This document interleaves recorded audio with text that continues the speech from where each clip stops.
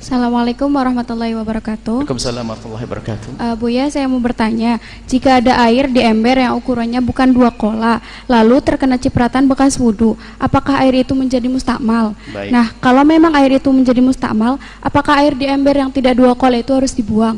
Terima kasih Buya. Assalamualaikum warahmatullahi wabarakatuh. Waalaikumsalam warahmatullahi wabarakatuh. Ada air, wah ini memang belajar itu harus sempurna ya. Air itu ada yang pertama air suci dan mensucikan, boleh dipakai wudhu. Air yang turun dari langit, yang keluar dari bumi, semua itu suci dan mensucikan. Yang kedua air suci tapi tidak mensucikan.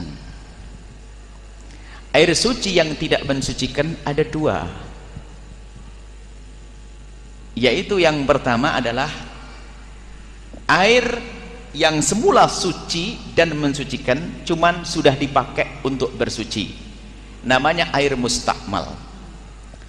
Buya janji juga, insya Allah Buya jelentrehkan, sering orang salah ini. Memang Buya langsung kemarin bab mandi besar, ini memang airnya belum kita bahas, biar senilah dikit, karena mandi besar kan hampir setiap saat kita terjadi itu, kadang-kadang salah di situ. Kalau air insya Allah aman lah, air banyak.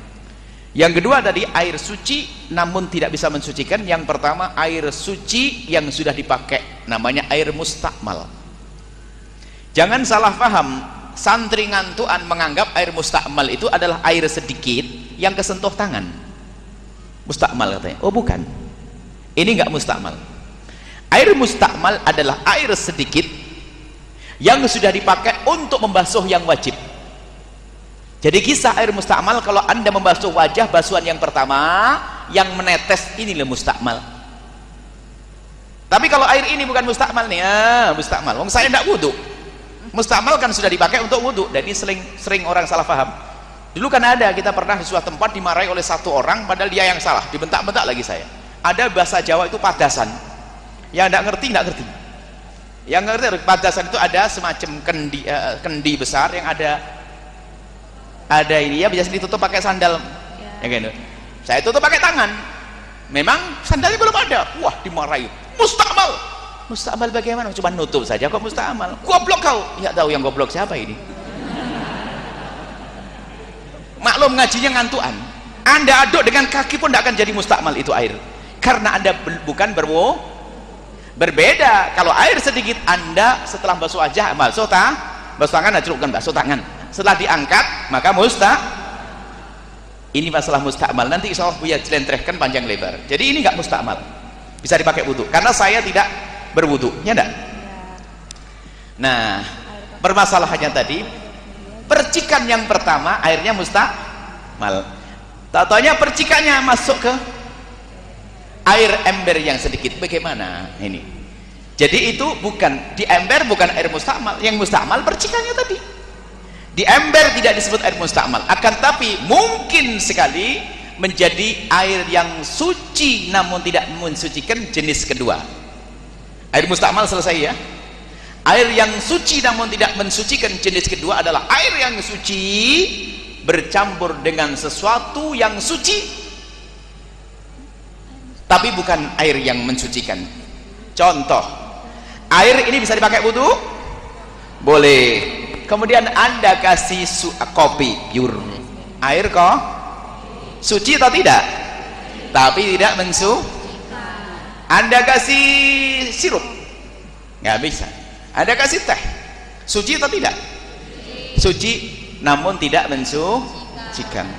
Nah, pembahasannya di sini adalah air yang semula suci dan mensucikan ini, kalau kemasukan sesuatu akan berubah menjadi air suci tapi tidak mensucikan, dengan catatan perubahannya itu parah.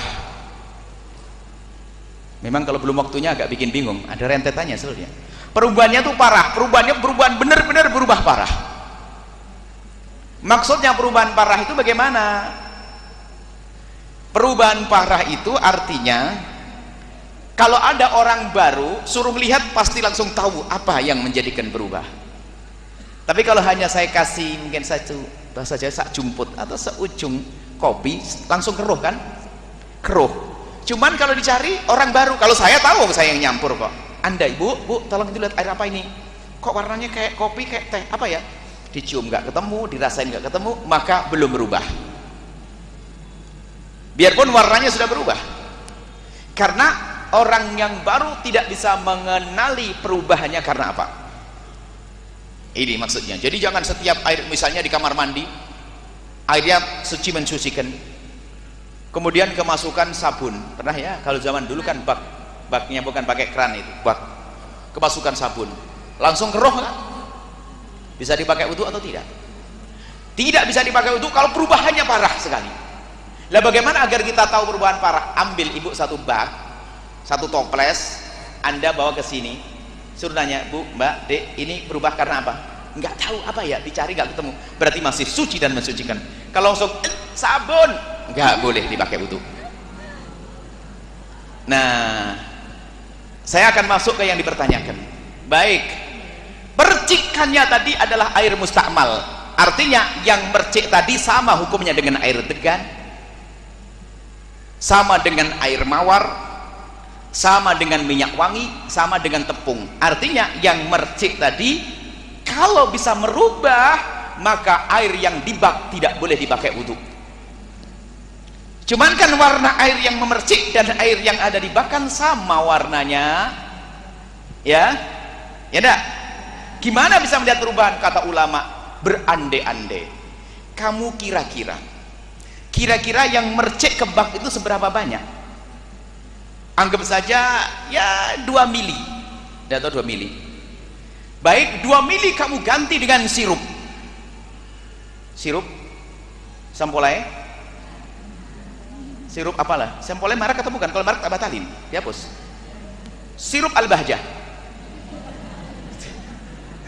Baik, setelah 1 mili Anda masukkan ke bak, kau ternyata merubah, berarti bak tersebut nggak boleh dipakai wudhu lagi. Tapi kalau seandainya dicampur, enggak, masih bisa dipakai wudhu. Akhirnya repot banget ya. Berarti untuk membuatnya cari bak lagi, bak yang baru lagi untuk menghukumi air yang satu. Bak dikasih air, kok repot? Pakai wudhu aja bak yang baru. Nah, makanya kemudian pertanyaan, apakah wajib kita itu berijtihad semacam itu? Enggak wajib. Dalam dugaan saja. Dan dalam perkiraan percikan-percikan kecil itu adalah tidak banyak, nggak akan sampai merubah. Kecuali Anda wudhunya pas, di bawahnya adalah baknya. Nah itu, kalau percikan sebelah enggak kecil. Kecuali Anda wudhu langsung Anda tuangkan di bak, itu akan merubah. Kalau seandainya diganti dengan sirup akan merubah. Tapi kalau percikan sedikit, nggak usah kena was-was. Nggak usah kena was-was. Selesai ya? Nggak usah pusing. Wah, percikan langsung air sedikit. Bahkan jika Anda berwudu dengan air sedikit, boleh caranya ikhtirab begini loh ya. Airnya hanya 1 bak begini. Ini anggap saja bak. Saya buka sekali baknya. Bak kecil. Nah, saya wudu sak begini. Niat ikhtirab. Niat mengambil. Jadi waktu saya masukkan tangan ke air ini untuk niat 1, 2, bahkan waktu tangan pun saya ngambil tangan di sini, niatnya niat menciduk, bukan niat membasuh tangan, niat menciduk. Ada enggak sisa air yang di tangan? Masuk nggak apa-apa, disebut para ulama, masukkan tangan ke sini nggak apa-apa. Maka jangan kena penyakit was-was. Selesai? Nggak usah dipikirin. Bahkan ini saya wudhu gini sah kok. Tapi jangan di atasnya. Oh, bukan di atasnya. Saya menciduk dengan niat ikhtirab, niat menciduk, baru saya masukkan tangan saya. Pasti ada tetesan-tetesan yang masuk kan? Pasti, tapi gak dipikirin oleh para ulama. Jangan dibikin susah urusan ibadah semacam ini saja insya Allah. Jadi gak apa-apa, jangan dipikirin, percikan-percikan sedikit gak terlalu berarti, tetap suci dan mensucikan. Anda boleh wudhu dengan itu dan jangan kena penyakit was-was. Anda baca agar paham bab ikhtiraf. Bab ikhtirab, bab menciduk air waktu berwudu di air yang wadahnya kecil, nggak harus mengalir begini. Boleh kok, jadi dari bak boleh. Pegang kan? Nggak bisa disakui. Pegang. Saya begini boleh. Baknya kecil, karena nggak ada lubang di sini, repot. Datangan gini, ada tetesannya, nggak ada masalah. Para ulama nggak pernah membahas kok. Madhab Syafi'i, saya tidak bicara madhab lain, madhab Syafi'i. Maka jangan kena ustadz was-was. Ustadz was-was yang bikin pusing sama orang. Selesai ya, wallahu a'lam bishawab.